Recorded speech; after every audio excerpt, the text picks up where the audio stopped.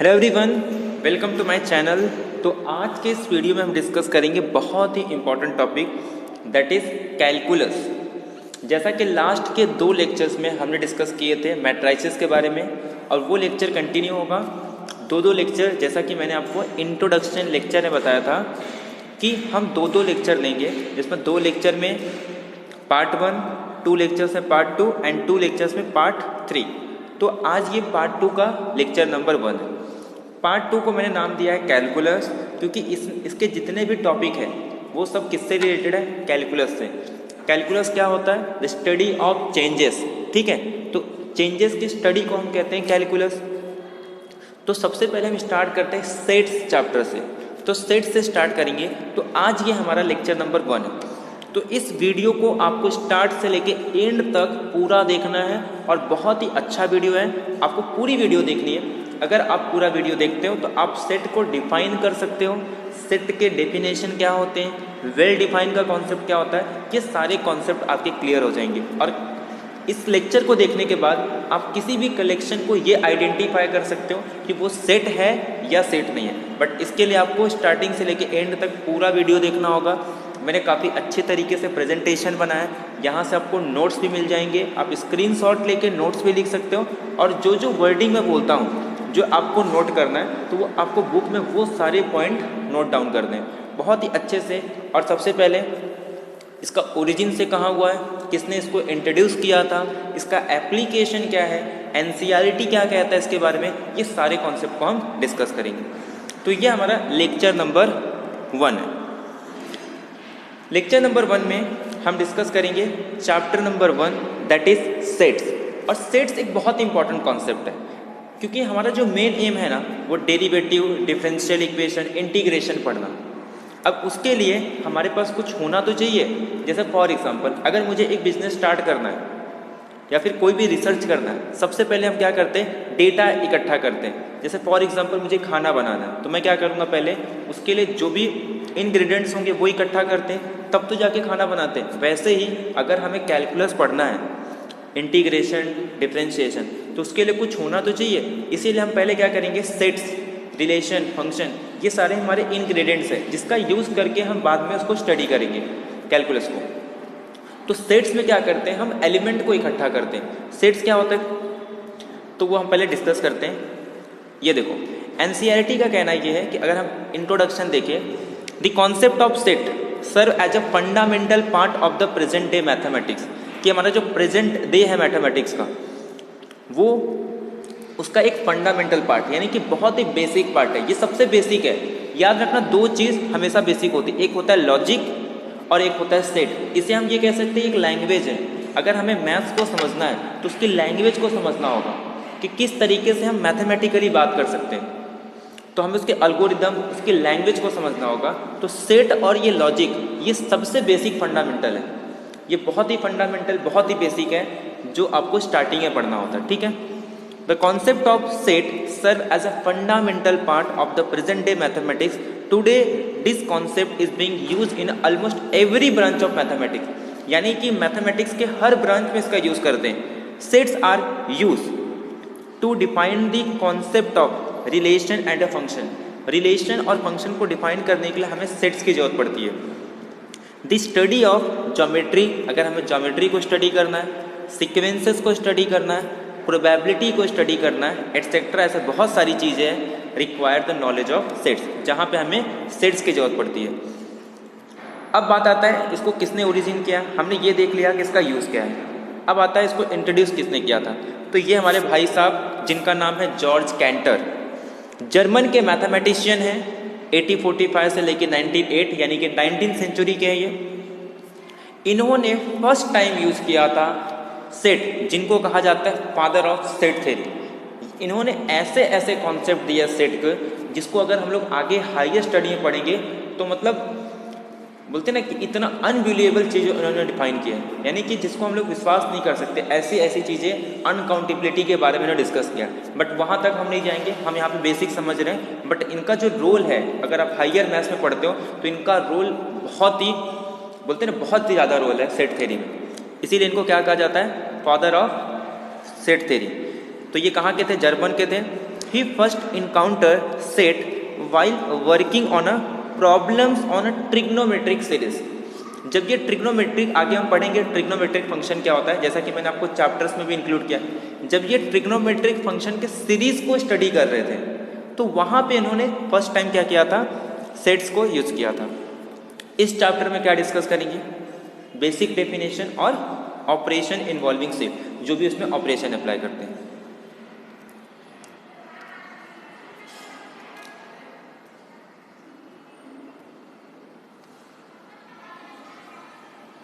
अब बात आता है ये चैप्टर को पढ़ने के बाद आप क्या क्या कर सकते हो, मतलब आप डेफिनेशन, ऑपरेशन, क्या क्या इस चैप्टर में पढ़ना है। तो ये हम ऑब्जेक्टिव देख लेते हैं। पहला, after studying this lesson you will be able to, इस चैप्टर को पढ़ने के बाद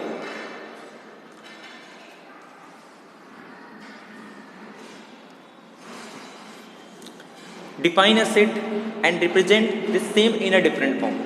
अगर ये चैप्टर आप पढ़ लेते हो, इसके बाद आप किसी भी सेट को डिफाइन कर सकते हो कि सेट होता क्या है, इसका डेफिनेशन बता सकते हो और उसको अलग अलग फॉर्म में रिप्रेजेंट कर सकते हो, जिसे हम कहते हैं रिप्रेजेंटेशन ऑफ सेट।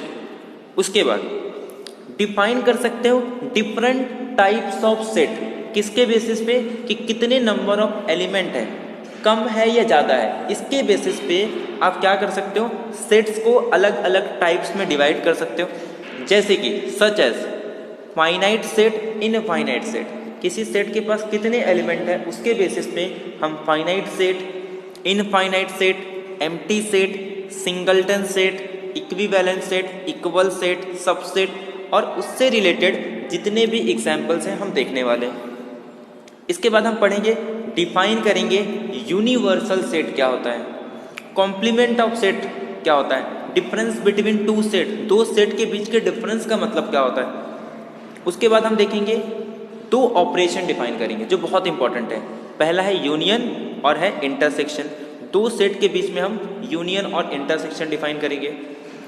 रिप्रेजेंट करेंगे union and intersection of two set, universal set, complement of set, difference between two set by Venn diagram. हम वेन डायग्राम से दिखाएंगे कि यूनियन ऑफ टू सेट को वेन डायग्राम की मदद से दिखाएंगे, intersection of two set, complement of set, difference between two set, ये सारे हम वेन डायग्राम से समझेंगे। सॉल्व करेंगे सबसे मोस्ट इंपॉर्टेंट, जो हमारा मेन एम है, रियल लाइफ के प्रॉब्लम को सॉल्व करना बाय यूजिंग वेन डायग्राम। हम वेन डायग्राम से भी करेंगे और फॉर्मूला यूज करके भी करेंगे, दोनों मेथड से करेंगे, बाय यूजिंग वेन डायग्राम और एक बार हम फॉर्मूला देखेंगे, उसकी मदद से भी हम क्या करेंगे, सॉल्व करेंगे रियल लाइफ प्रॉब्लम को by using set and Venn diagram. ठीक है, तो ये तो हो गया कि इस चैप्टर को पढ़ने के बाद हम क्या क्या सीखेंगे। तो आज के लेक्चर्स में जो लेक्चर 1 है, यहाँ पे हम सिर्फ क्या करेंगे, सेट को डिफाइन करना सीखेंगे। क्या करेंगे, सेट को डिफाइन करना सीखेंगे।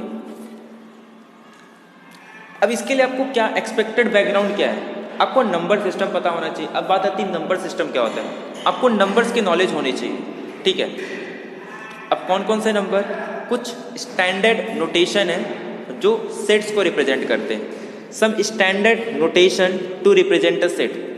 सेट ऑफ नेचुरल नंबर आपको पता होना चाहिए, सेट ऑफ होल नंबर आपको पता होना चाहिए, सेट ऑफ इंटीजर्स पता होना चाहिए आपको,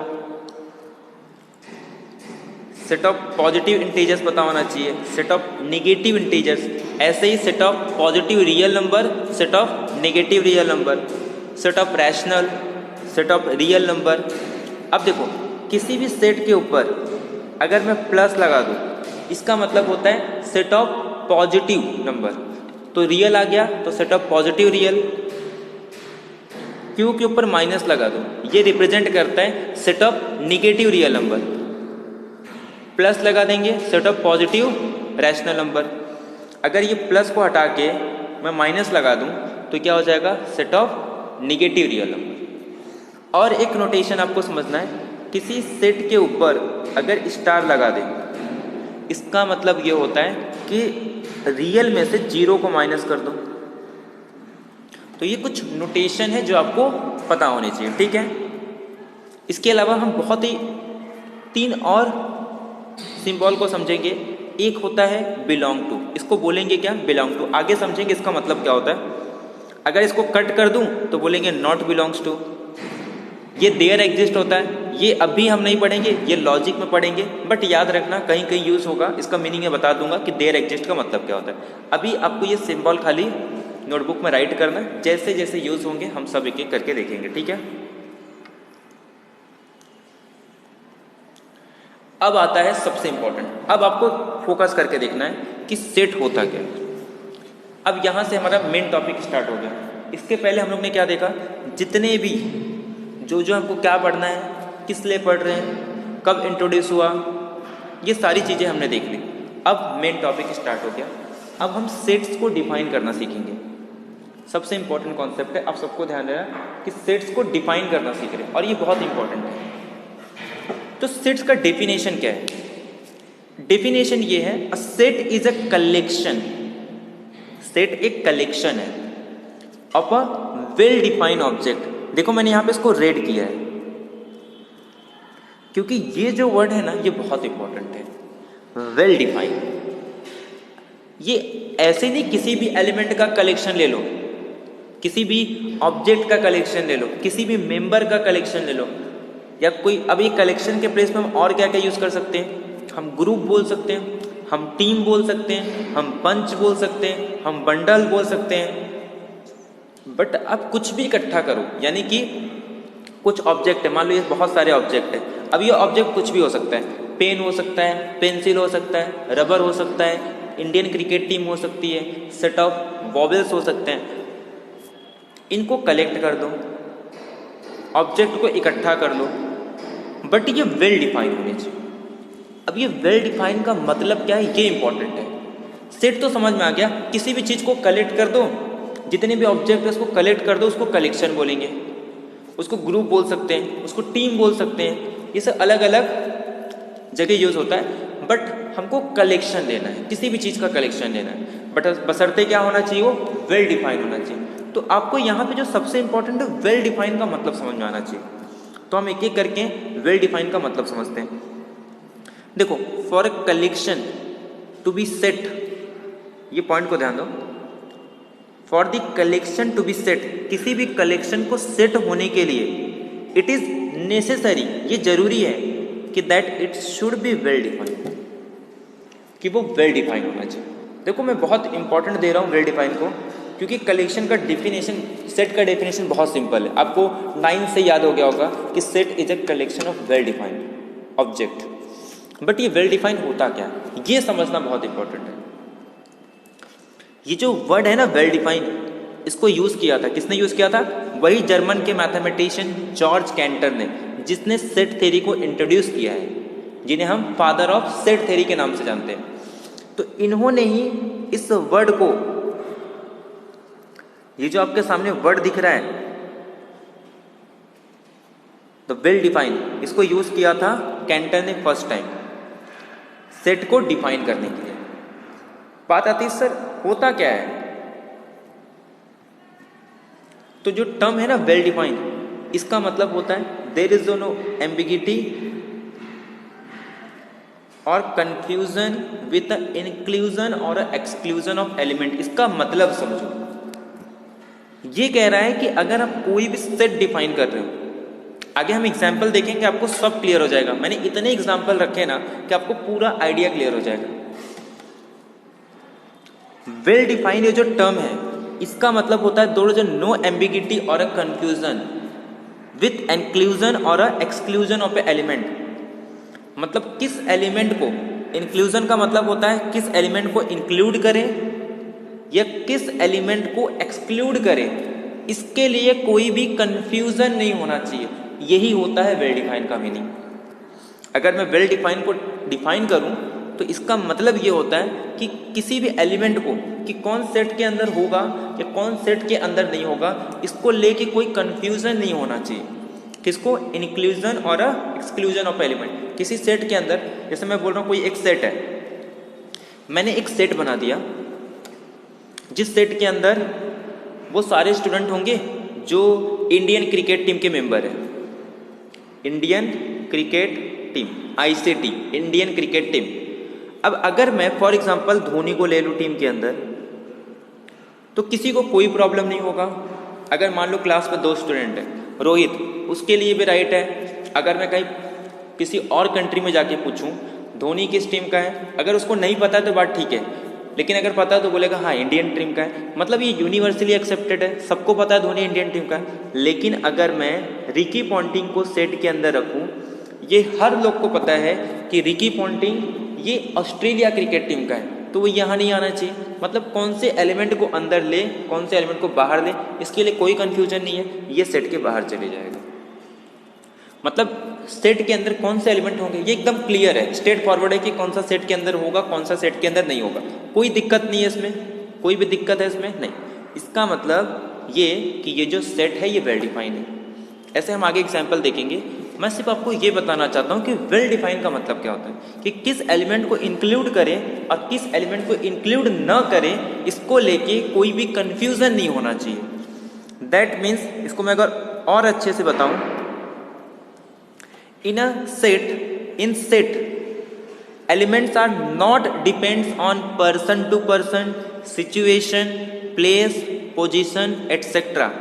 It will be true for everyone, everywhere, anytime, that is universally accepted होना चाहिए। किसी भी सेट के अंदर जो एलिमेंट होते हैं वो कभी भी पर्सन टू पर्सन डिपेंड नहीं करना चाहिए, किसी सिचुएशन पे डिपेंड नहीं करना चाहिए, प्लेस पे डिपेंड नहीं करना चाहिए, किसी पोजीशन पे डिपेंड नहीं करना चाहिए। It will be true for everyone, everywhere, any time, यानी कि इन जनरल बोलूँ वो यूनिवर्सली एक्सेप्टेड होना चाहिए। तो ये आपको कुछ टर्म्स हैं जिससे कि आपको और क्लियर हो गया होगा कि वेल डिफाइंड कहना चाहता है। अगर मैं एक वर्ड में बोलूँ,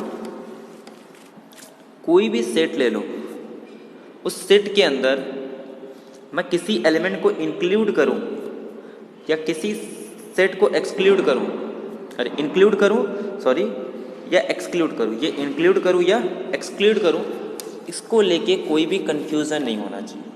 यानी कि 2 पर्सन के डिफरेंट राय नहीं होनी चाहिए। दोनों पर्सन के लिए ये या तो अंदर होगा कोई एलिमेंट या तो बाहर होगा, या फिर कितने भी किसी भी पर्सन को ले लो, हर पर्सन के लिए हर जगह वो ट्रू होना चाहिए। ऐसा नहीं कि इंडिया के लिए ट्रू है बाहरी देश के लिए ट्रू ना हो, यूनिवर्सली एक्सेप्टेड होना चाहिए। उसी कलेक्शन को हम सेट कहते हैं। अब हम जब एग्जाम्पल करेंगे ना, सारे क्लियर हो जाएंगे। मैंने बहुत सारे एग्जाम्पल लिए। तो एग्जाम्पल, पहला example, collection of tall student in your school. अब ये समझो, ये 1 नहीं है, ये L है, ठीक है, ये 1 नहीं, ये L है, तो ठीक है। Collection of all toll student in A school, in your school. अब मान लो आपके क्लास में बहुत सारे स्टूडेंट हैं, आपको कलेक्शन बनाना है जितने भी टॉलेस्ट स्टूडेंट होंगे, ठीक है। एक काम करो, मान लो आपके क्लास में बहुत सारे स्टूडेंट हैं, सपोज ये स्टूडेंट है, ये उनकी हाइट है, ठीक है, ऐसे नहीं, ये पर्सन, फिर ये एक पर्सन है, फिर ये एक पर्सन है, फिर ये एक पर्सन है, फिर ये बहुत लंबू, ये लंबू, ये लंबू, ठीक है। ये बहुत सारे पर्सन हैं। अब आपको क्या करना है, एक सेट बनाना है जिसके अंदर सारे टॉलेस्ट स्टूडेंट आ जाएंगे इन स्कूल।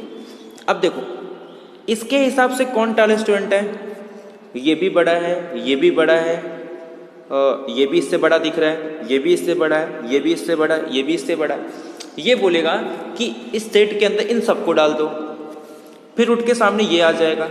ये बोलेगा नहीं, तू तो मुझसे छोटा है, तो ये क्या बोलेगा कि इसके हिसाब से टॉलेस्ट सेट कौन से हो जाएंगे, ये आ जाएगा, ये आ जाएगा सेट के अंदर, नहीं ये नहीं, इसके हिसाब से, ठीक है, इसके हिसाब से, तो ये भी स्टूडेंट आ जाएगा, ये भी आ जाएगा, ये भी आ जाएगा। मतलब डिपेंड कर दिया, इसके हिसाब से ये सारे आ रहे थे और इसके हिसाब से 1 2 3 4 5। अब अगर ये बोलेगा तो एम्प्टी सेट है। अगर इसके हिसाब से करना हो तो सेट के पास कोई ऐसा बंदा नहीं है जो सबसे बड़ा हो। मतलब ये डिपेंड कर रहा है, पर्सन टू पर्सन डिपेंड कर रहा है। ये कोई फिक्स नहीं है कि किस पर्सन के बेसिस पे, अगर मैं पर्सन चेंज कर दूं तो सेट चेंज हो रहा है, मतलब ये सेट नहीं है। क्योंकि पर्सन, हर एक पर्सन के अलग अलग रहा है, वो तो अपने बेसिस पे देखेगा कि कौन उससे छोटा कौन से बड़ा। एक का नाम छोटू है और एक का नाम मोटू है। छोटू के हिसाब से मोटू सपोज बड़ा है, मान लो एक उससे भी मोटू आ गया, उससे भी बड़ा इंसान आ गया, वो बोलेगा मेरे से छोटे सब लोग हैं, मुझसे बड़ा कोई नहीं। मतलब पर्सन टू पर्सन डिपेंड कर रहा है, तो this is not a set. ठीक है, तो ये सेट नहीं है। पर्सन टू पर्सन डिपेंड नहीं करना चाहिए, किस सेट को अंदर डाले और किस सेट को अंदर नहीं इंक्लूड करे, इसको लेके कोई कंफ्यूजन नहीं होना चाहिए। Second example, collection of honest people in your colony. एक काम करो, कॉलोनी में जाओ, ठीक है, मान लो ये आपका घर है, जैसे मान लो ये आपका घर है, ठीक है, और यहाँ पे आपकी कॉलोनी में बहुत सारे पड़ोसी लोग रहते हैं, ये बहुत सारे पड़ोसी लोग हैं, ठीक है। अब इसके घर में जाके पूछोगे तो ये क्या बोलेगा, हाँ मैं ऑनेस्ट हूँ। इसके घर में जाके पूछोगे, ये भी बोलेगा मैं ऑनेस्ट हूँ। इसके घर में जाके पूछोगे, ये भी ऑनेस्ट बोलेगा, ये सब ऑनेस्ट बोलेंगे, ठीक है। जब हर घर में जाके अगर उससे आप पूछोगे तो वो बोलेगा ऑनेस्ट पीपल है। फिर एक काम करते हैं, आप इसको बोलो, इसके बारे में पूछेंगे, ठीक है। ये जो सेकंड वाला घर है, ये घर नंबर 1, ये घर नंबर 2, ये घर नंबर 3, ये घर नंबर 4, 5 और 6। अब मान लो 2 और 1 के बीच में दुश्मनी चलती है, जैसे पड़ोसी है, मान लो 2 और 1 के बीच में दुश्मनी है। अब अगर आप 2 वाले से पूछोगे क्या 1 वाला ऑनेस्ट पीपल है, ये 2 वाले बोलेगा नहीं ये ऑनेस्ट पीपल नहीं, ये एक नंबर का गद्दार और मक्कार, बहुत हरामी है, ठीक है। इसका मतलब क्या हो गया, 2 के हिसाब से ये चेंज हो गया। जब इसने हर एक पर्सन से जाके पूछा, हर घर वालों से, उन्होंने बोला मैं ऑनेस्ट हूँ, मतलब इस हर एक के हिसाब से सेट चेंज हो गया। लेकिन जब मैं 2 से पूछ रहा हूँ, 2 का एच से क्या झगड़ा चल रहा है, तो 2 ने क्या बोला, नहीं एच ऑनेस्ट नहीं है, बल्कि बहुत ही एक नंबर का मक्कार है। फिर आप एक काम करते हो, 3 वाले से पूछ लेते हो क्या ये सही है। 3 वाला बोलता है ये इसका दोस्त है, 3 का एक के साथ बहुत अच्छी दोस्ती है। ये बोलता है नहीं नहीं नहीं 1 तो बहुत अच्छा है, ये जो पहला घर वाला है ना बहुत अच्छा है, बहुत ऑनेस्ट पीपल। डिपेंड कर गया ना पर्सन टू पर्सन, 2 के हिसाब से यही घर खराब है और 3 के हिसाब से यही घर सही है। इस कॉलोनी में जो पहला रूम है वो सेकेंड और थर्ड के हिसाब पे डिपेंड कर रहा है, पर्सन टू पर्सन डिपेंड कर रहा है, और हमारा केस वही सेट होता है जो पर्सन टू पर्सन पे डिपेंड नहीं करना चाहिए। मतलब पहला सेट भी कैंसिल हो गया, सेकंड सेट भी कैंसिल हो गया।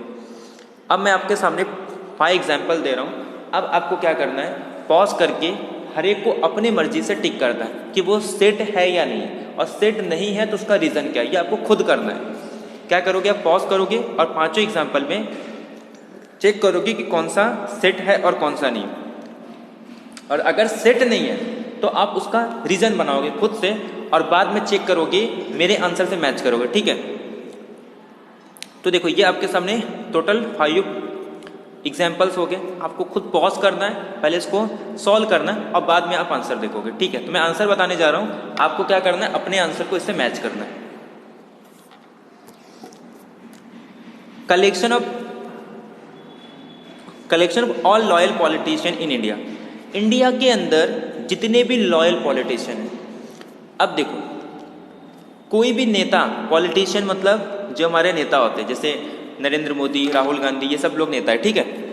अगर किसी भी पॉलिटिशियन से पूछोगे, किसी एक पार्टी के, मान लो बीजेपी पार्टी का कोई एक एक्स पॉलिटिशियन है, ठीक है, बीजेपी पार्टी का कोई एक्स पॉलिटिशियन ले लो, और मैं उसको पूछूं एक्स पॉलिटिशियन को कि क्या वो ईमानदार है, वो बोलेगा हाँ। फिर मैं कोई एक सेकेंड पार्टी उठा लूँ, मान लो कांग्रेस किसी भी पार्टी का, और उसके किसी वाई पर्सन को उठा लूँ, उसको पूछूंगा क्या इस पॉलिटिशियन का, रुको मैं आपको डायग्राम से समझाता हूँ। मान लो ये एक्स पॉलिटिशियन है, अरे ये एक्स पार्टी है, ये वाई पार्टी है। एक्स पार्टी के एक मेंबर को ले लिया ए, और वाई पार्टी के एक मेंबर को ले लिया मैंने बी। जब मैं बी से पूछूंगा, वो बोलेगा मैं बहुत ही लॉयल पॉलिटिशियन हूँ। मैंने इसी पार्टी के एक और मेंबर को उठा लिया सी, उसको पूछा क्या बी लॉयल है, इसने बोला हाँ बहुत लॉयल है। अब मैं ए से पूछूंगा क्या ये बी जो है ये लॉयल है, ये बोलेगा नहीं बी लॉयल नहीं है। इसका मतलब क्या हो गया, ए और सी दोनों आपस में डिपेंड कर रहे हैं। सी के हिसाब से ये लॉयल है बट ए के हिसाब से लॉयल नहीं है। दैट मीन्स ये सेट नहीं हो सकता। दो लोग की अगर राय डिफरेंट आ गई, पर्सन टू पर्सन डिपेंड कर गया, मतलब ये सेट नहीं हो सकता। ये आपको क्लियर हो रहा होगा। पर्सन टू पर्सन नहीं चेंज होना चाहिए, वो सबके लिए किस एलिमेंट को सेट के अंदर रखे और न रखे इसको लेके कोई भी कंफ्यूजन नहीं होना चाहिए। ठीक है, अब आप लोग बोलोगे सर इसका मतलब फोर्थ वाला है ये भी सेट नहीं होगा। मैं बोलूँगा क्यों, ऐसा क्यों? आप बोलोगे देखो सर आपने बोला है कि एक सेट है जिसके अंदर सारी ब्यूटीफुल एक्ट्रेस होंगी बॉलीवुड की। मैं बोलूँगा ठीक है, सही बात है। आप बोलोगे ठीक है सर, मैं मान लो ये सारे एक्ट्रेस उठा ले रहा हूँ और ये एक दूसरे के कंपटीशन में है, ठीक है, लेकिन ये दोनों आपस में दोस्त हैं। जब मैंने इससे पूछा कि क्या ये ब्यूटीफुल है तो ये बोलती हाँ ये ब्यूटीफुल है, लेकिन जब मैं इन दोनों से पूछ रहा हूँ ये इसके अपोजिट में है और इसके फ्रेंड भी नहीं है, ये बोलते नो कि ये ब्यूटीफुल नहीं है। ऐसे ही जब मैं इसके बारे में इससे पूछ रहा हूँ तो ये बोलती हाँ ये ब्यूटीफुल है, बट ये सेकेंड और थर्ड क्या बोलते हैं, सेकेंड और फोर्थ, कि ये ब्यूटीफुल नहीं है। मतलब दोनों का राय अलग अलग है।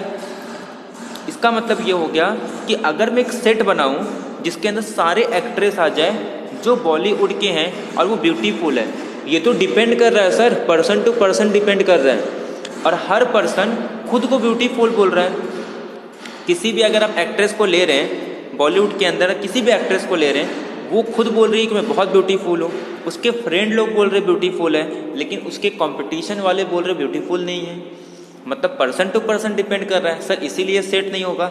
मैं बोलूँगा ठीक, इसका मतलब ये भी सेट नहीं, ये भी सेट नहीं, ये भी सेट नहीं। फिर sir collection of best player cricket, ये भी सेट नहीं होगा। मैं बोलूँगा रीज़न बताओ, तो आप बोलोगे सर मेरा फेवरेट है धोनी, तो मैंने इस सेट के अंदर धोनी को डाल दिया। मेरा दोस्त है उसका फेवरेट सचिन है, वो सेट सचिन को डाल रहा है। मेरा और एक फ्रेंड है उसका फेवरेट प्लेयर है राहुल द्रविड़, वो राहुल द्रविड़ को डाल रहा है। इसका मतलब हमारे डिपेंड कर रहा है, पर्सन टू पर्सन डिपेंड कर रहा है। मेरे एक फ्रेंड के हिसाब से राहुल द्रविड़ आना चाहिए, मेरे हिसाब से सेट के अंदर धोनी आना चाहिए, और एक मेरा फ्रेंड है उसके हिसाब से सेट के अंदर सचिन आना चाहिए। तो सब पर्सन टू पर्सन डिपेंड कर गया। इसका मतलब ये सेट नहीं हो सकता। मतलब ये भी सेट नहीं, ये भी सेट नहीं, ये भी सेट नहीं, ये भी सेट नहीं, ये भी सेट नहीं। Collection of interesting books in your library, sir ये भी सेट नहीं है। रीज़न, तो आप बोलोगे सर मेरा फेवरेट सब्जेक्ट मैथ्स है, मैं मैथ्स को रखूँगा, लेकिन मेरे दोस्त को मैथ्स पसंद नहीं है, उसको फिजिक्स पसंद है। मेरा और एक दोस्त है उसको केमिस्ट्री पसंद है। मेरा और एक दोस्त है उसको कॉमिक्स पढ़ना पसंद है। मेरा और एक दोस्त है उसको रीडिंग स्टोरी पढ़ना पसंद है। मेरा और एक दोस्त है उसको ज्योग्राफी पढ़ना पसंद है। तो हर एक के हिसाब से अलग अलग इंटरेस्ट है। इसका मतलब ये पर्सन टू पर्सन डिपेंड कर रहा है, इसके लिए सेट नहीं है। अब इसके बाद लास्ट वाला, collection of 10 most talented writers in India. आप बोलोगे सर ये भी डिपेंड नहीं कर रहा है, सबके अलग अलग फेवरेट है। सर मेरा फेवरेट है चेतन भगत, क्योंकि वो अच्छे अच्छे बुक्स लिखता है। फिर एक बोलता है मुझे पॉलिटिशियन पसंद है, मेरा पसंद है शशि थरूर। एक और बोलता है कि मेरा पसंद है तुलसीदास। और एक बंदा है मेरा फ्रेंड, वो बोलता है मुझे पसंद है शेक्सपियर। यानी कि हर एक के हिसाब से अलग अलग पर्सन डिपेंड कर रहे हैं। इसका मतलब ये भी सेट नहीं है। इसका मतलब ये हो गया कि इसमें से कोई भी सेट नहीं है। अब मैं आपको एक रीज़न बता दूं, जब भी किसी के क्वालिटी के बारे में आप बात करते हो वो कभी भी सेट नहीं हो सकता। सब में क्वालिटी के बारे में तो बात कर रहे हैं, तो क्वालिटी ये जो शब्द है ये कभी भी सेट नहीं हो सकता। तो therefore this is not a set, यानी कि यहाँ पे जितने भी एग्जाम्पल्स थे वो सब सेट नहीं थे। और एक एग्जाम्पल है collection of intelligent student in your school. Sir ये भी क्वालिटी है, इसका मतलब ये सेट नहीं है। मैं बोलूँगा ठीक, क्योंकि ये क्वालिटी बता रहा है। और एक example collection of famous freedom fighters in a modern history, ये भी क्वालिटी बता रहा है कि मॉडर्न हिस्ट्री में सबसे फेमस फ्रीडम फाइटर्स कौन था। सर बहुत सारे हैं, अपने अपने हिसाब से सब अलग अलग होंगे। कुछ लोग के लिए सारे अच्छे हैं, कुछ लोग के लिए किसी न किसी रीज़न से कोई ख़राब है। तो सबकी डिफरेंट डिफरेंट रहा है, इसका मतलब इसमें हर एक में क्वालिटी बता रहा है, जिसकी वजह से इसमें कोई सेट नहीं। अब हम एग्जाम्पल्स लेंगे जिसमें सेट होंगे। पहला example, collection of those student of your school whose height is a more than 180 centimetre. अब ये एग्जैक्ट डेटा की बात कर रहा है कि अब उन्हीं स्टूडेंट का कलेक्शन बनाना है जिनकी हाइट 180 सेंटीमीटर है। अब मान लो ये स्केल है, ठीक है, और यहाँ पे 180 सेंटीमीटर लिखा हुआ है। अब सारे स्टूडेंट आके खड़े हो गए, मान लो ये एक स्टूडेंट है, ये एक स्टूडेंट है, ये एक स्टूडेंट है, ये एक स्टूडेंट है, ये। अब ये चेक कर लो कि इसके ऊपर हाइट किसकी है, मतलब ये स्टूडेंट भी सेट के अंदर आ जाएगा, ये स्टूडेंट भी सेट के अंदर आ जाएगा, ये स्टूडेंट भी सेट के अंदर आ जाएंगे, ये स्टूडेंट। अब किसी भी मेंबर के हिसाब से यही चारों स्टूडेंट सेट के अंदर आएंगे। अब ये किसी पे डिपेंड नहीं कर रहा, ये एग्जैक्ट एक डेटा आ गया कि इस सेट के अंदर वही सारे स्टूडेंट आएंगे जिनकी हाइट 180 सेंटीमीटर से ग्रेटर है। मतलब ये भी सेट के अंदर है, ये भी सेट के अंदर है, ये भी सेट के अंदर है, ये भी सेट के अंदर है। बाकी ये तीनों छोटू मोटू जो छोटू लोग हैं ये इस सेट के अंदर नहीं होंगे। बाकी जितने भी लंबू लोग हैं जिनकी हाइट 180 सेंटीमीटर है, यानी कि जो किसके हाइट के हैं, अमिताभ बच्चन के हाइट के हैं, वही सारे इसके अंदर आ सकते हैं। 180 सेंटीमीटर मतलब कितना होता है, लगभग 5.11 इंच। तो 5 फुट 11 इंच बहुत ज़्यादा होता है। इतना हाइट तो किसी का नहीं है, बॉलीवुड में बहुत कम लोग का है, एक्ट्रेस लोग का तो किसी नहीं है, कि कुछ लोग का ही है, ठीक है। तो ऐसे ही आपके क्लास के अंदर वही स्टूडेंट आएंगे जिनकी हाइट 6 फुट के लगभग होगी, और बाकी जितने भी छोटू लोग हैं वो हट जाएंगे। सेकेंड सेट क्या कह रहा है, collection of those people in your colony. देखो वहाँ पे हम चेक कर रहे थे, दोनों में डिफरेंस देखो। ये कह रहा है collection of those people in your colony who have never found involved in any theft case। अब आप देखो एक सेट के अंदर मान लो आपके कॉलोनी में बहुत सारे लोग हैं। अब आपको क्या करना है, एक सेट बनाना है जिनका पुलिस रिकॉर्ड में नेम नहीं है, यानी कि वो कभी भी किसी भी चोरी के लिए कभी जेल वगैरह या फिर कहीं उनके खिलाफ कहीं केस नहीं है। मान लो इसने चोरी किया था, इसके खिलाफ केस है, इसने भी चोरी किया, इसके खिलाफ केस है, इसने चोरी किया, इसके खिलाफ केस है। अब मुझे किसी से पूछने की ज़रूरत नहीं है, मैं पुलिस रिकॉर्ड में जाऊंगा और ये चेक कर दूंगा कि किसके खिलाफ केस है या नहीं। जब मैं पुलिस रिकॉर्ड में गया, मैंने देखा कि इसके खिलाफ केस है, इसके खिलाफ भी केस हुआ है, इसके खिलाफ भी केस हुआ है। अब मैं इनको बोलूँगा ये मेरे सारे ईमानदार लोग हैं, ठीक है। इसका मतलब सेट के अंदर वही मेंबर आएंगे जिनका कभी भी पुलिस केस वगैरह नहीं हुआ, जो कभी भी किसी चोरी में नहीं पकड़े गए। तो 1 2 3 4 5 ये मेरे पांचों मेंबर आ जाएंगे, जबकि ये नहीं आएंगे सेट के अंदर, ये नहीं आएंगे सेट के अंदर, ये। अब ये किसी भी बंदे से पूछ लूँ, अब ये चाहे इसका दोस्त हो, भले वो दोस्त है, लेकिन प्रॉब्लम ये है कि वो केस में तो पकड़ा गया है, ये कुछ नहीं बोल सकता। ये इसका दोस्त है, लेकिन दोस्त भी ये बोलेगा ये मेरा दोस्त तो है, बट ये कभी ना कभी जेल तो गया है, इसका मतलब इसको मैं लॉयल नहीं मानूंगा। ठीक है, इसका मतलब क्या हो गया, ये कभी भी जेल गया है, इसका मतलब ये सेट के अंदर नहीं आएगा। तो ये ध्यान रखना, ये क्या हो गया, सेट हो गया। आप बोलोगे सर ये पर्सन टू पर्सन नहीं डिपेंड कर रहा है, इसके लिए सेट हो गया, ये भी पर्सन टू पर्सन नहीं डिपेंड कर रहा है, इसके लिए सेट हो गया। और एक एग्जांपल ले लेते हैं, collection of mathematics books in your school.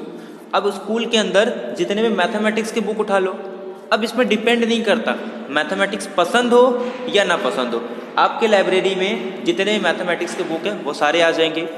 अब फटाफट ले लेते हैं, कलेक्शन ऑफ दो student who score 80% marks in annual examination. देखो एक एग्जांपल मैंने दिया था कि आपके क्लास के अंदर जितने भी इंटेलिजेंस पर्सन है, अरे इंटेलिजेंस स्टूडेंट है, आप बोलोगे यार ये तो डिपेंड कर रहा था, तो वो सेट नहीं था। लेकिन अब देखो अब क्या कर दिया है, वो सारे स्टूडेंट जिनका मार्क्स 80% से ग्रेटर है, अब ये तो सारे सेट बन जाएंगे। मान लो ये सबके स्कोर है, ठीक है, ये अलग अलग स्टूडेंट के स्कोर है, ये सपोज स्टूडेंट के स्कोर हैं और यहाँ पे कहीं 80 मार्क्स आ रहा है और ये कुछ 100 आ रहा है, 100%, 80%। अब यहाँ से एक ड्रॉ कर दो, देखो ये भी स्टूडेंट आ जाएगा, ये भी स्टूडेंट आ जाएगा, ये भी स्टूडेंट आ जाएगा। इसका मतलब ये वो स्टूडेंट है आपके क्लास के अंदर। आप क्या करोगे, आपके क्लास के अंदर सारे बंदे से पूछ लोगे आपका मार्क्स कितना है, जिसका भी मार्क्स 80% से ऊपर है वही आपके सेट के अंदर आ जाएंगे। ये आप अपने क्लास में चेक कर सकते हैं, इसका मतलब वो सेट है। और एक एग्जांपल लेते हैं, odd number, odd natural number less than 10। अब ये देखो नंबर आपको पता होगा ऑड नंबर किसको बोलते हैं, ऑड नंबर बोलते हैं 1, 3, 5, 7, 9, ये सब आगे हम लोग डिस्कस करेंगे। अभी आपको इतना तो पता ही होगा कि ऑड नंबर क्या होता है। अब बोल रहे हैं 10 से छोटी ऑड नंबर, देखो ये भी 10 से छोटा ऑड नंबर है, ये भी 10 से छोटा ऑड नंबर है, ये भी 10 से छोटा ऑड नंबर है, ये भी 10 से छोटा ऑड नंबर है, ये भी 10 से छोटा ऑड नंबर है। सर ये तो बड़ा हो गया, कैंसिल हो गया, ये बड़ा हो गया, कैंसिल, यानी कि यही एलिमेंट आएंगे किसके अंदर, सेट के अंदर। तो ये सारे एलिमेंट क्या हो गए, कलेक्शन हो गए, जो कि 10 से छोटे नंबर है, ठीक है। तो ये भी सर सेट हो गया। और एक एग्जांपल ले लेते हैं, द रिवर्स ऑफ इंडिया। अब आप क्या करोगे, इंडिया के अंदर जितने भी रिवर है उसका कलेक्शन ले लोगे। आप बोलोगे ठीक है सर, इसके अंदर मैं गंगा को डाल सकता हूँ, इसके अंदर ब्रह्मपुत्र को डाल सकता हूँ, इसके अंदर गोदावरी को डाल सकता हूँ, इसके अंदर कृष्णा को डाल सकता हूँ, कावेरी को डाल सकता हूँ, सतलज को डाल सकता हूँ, रावी नदी, रवि नदी, चेनाब, जितने भी नदी है, सतलज वगैरह, सिंधु नदी। इसके बाद आपका गुजरात में जितने तापी रिवर, नर्मदा रिवर, साबरमती, विश्वामित्र, सारे क्या आ जाएंगे, सेट के अंदर आ जाएंगे। तो आपको जितने भी याद है वो सारे इस सेट के अंदर आ जाएंगे। तो मतलब ये सेट है, क्योंकि जो चीज़ रिवर है, अब कोई कल को उठ के बोले कि मैं गंगा को रिवर नहीं मानता, अब ऐसा थोड़ी ना चलेगा। उसके नहीं मानने से कुछ नहीं होता, उसको फिर क्या करेंगे, जेल में डाल देंगे, बोलेंगे चलो ये ऐसे ऐसे नहीं मानेगा, या फिर उसको 2-4 पब्लिक लेके 2-4 बजा देंगे, बोलेंगे अब शांत है तो और मार खाएगा। इसका मतलब ये है कि वो डिपेंड नहीं कर रहा है, ये उसकी मर्जी, वो नहीं माने। अब ऐसे तो कल वो अपने आप को इंसान नहीं मानेगा, ठीक है, वो बोलेगा अभी कोई, अब ये नहीं मानने की अलग बात है, बट वो डिपेंड नहीं कर रहा है। नहीं मानना मानना अलग बात है, लेकिन ये सबके लिए ट्रू है। The vowels in English alphabet. अब जैसे इसमें देखो इंग्लिश अल्फ़ाबेट के अंदर 5 वोवेल होते हैं। अब कल कोई आके बोले पी भी वोवेल है, तो ऐसा तो नहीं चलेगा, वो नहीं मान रहा है, उसके मानने से कुछ नहीं होता। बट ये यूनिवर्सली एक्सेप्टेड है कि वोवेल्स के अंदर 5 ही एलिमेंट होते हैं, ये पर्सन टू पर्सन डिपेंड नहीं करता, ये भी सेट हो गया। Various kinds of triangle, triangle के जितने भी काइंड्स है वो सब ले लो, ये भी सेट है। अब ऐसा तो नहीं है कोई आइसोस्केलस ट्राइंगल है, कोई बोलेगा नहीं मैं नहीं मानता इसको, ये पर्सन टू पर्सन डिपेंड नहीं कर रहा है, ये यूनिवर्सली एक्सेप्टेड है। प्राइम फैक्टर्स कितने होंगे, 210 के। अब ये आपको प्राइम फैक्टर्स पता होगा कि मैं 210 को कैसे लिख सकता हूँ, 210 को लिख सकता हूँ 21 इंटू 10, और फिर उसके बाद 21 को लिख सकता हूँ 3 इंटू 7, और फिर 10 को लिख सकता हूँ 2 इंटू 5। तो 3 इंटू 7 इंटू 2 इंटू 5। तो देखो 3 प्राइम फैक्टर्स हैं, 7 फैक्टर्स हैं, 2 फैक्टर्स है और 5 फैक्टर्स हैं। तो ये देखो इसके प्राइम फैक्टर्स कितने हो गए, 2, 3, 5, 7, मतलब ये भी सेट हो गया।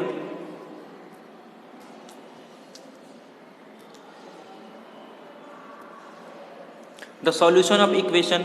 अब इसको हम लोग सॉल्व करेंगे तो इसके 2 सॉल्यूशन आ रहे, 2 और 3, ये भी एक सेट है। तो इसका मतलब सिंपल लैंग्वेज में बोलूँ तो सेट उसी को बोलते हैं जब हम ये आइडेंटिफाई कर सकें कि कौन सा सेट के एलिमेंट के, कोई एलिमेंट सेट के अंदर होगा ये बाहर होगा, उसी को हम कहते हैं सेट। इसके बाद अगर किसी भी सेट के अंदर किसी एलिमेंट को लेके कंफ्यूजन आ जाए कि ये एलिमेंट सेट के अंदर हो या ना हो, तब समझ जाओ कि ये सेट नहीं हो सकता। जैसे क्वालिटी एक ऐसा कॉन्सेप्ट है जो कभी भी सेट नहीं बनाता, हम लोग क्या करते हैं उसके अंदर, वो डिपेंड करता है पर्सन टू पर्सन पे, इसका मतलब वो सेट नहीं होगा। और ये जो एग्जांपल है ये सारे क्या है, सेट नहीं है। अरे ये सारे सेट हैं, और ये जो एग्जांपल थे देखो, ये एग्जांपल जो सेट नहीं थे, और इसके बाद ये जो सारे एग्जांपल है ये सब सेट से, ठीक है। अब आपको क्या करना है, ये आपको होमवर्क पे कुछ क्वेश्चन दिए जा रहे हैं, इसमें से आपको ये आइडेंटिफाई करना है कौन सा सेट है और कौन सा सेट नहीं। अब आपको करना क्या है, आप कमेंट बॉक्स में जैसे क्वेश्चन नंबर 1,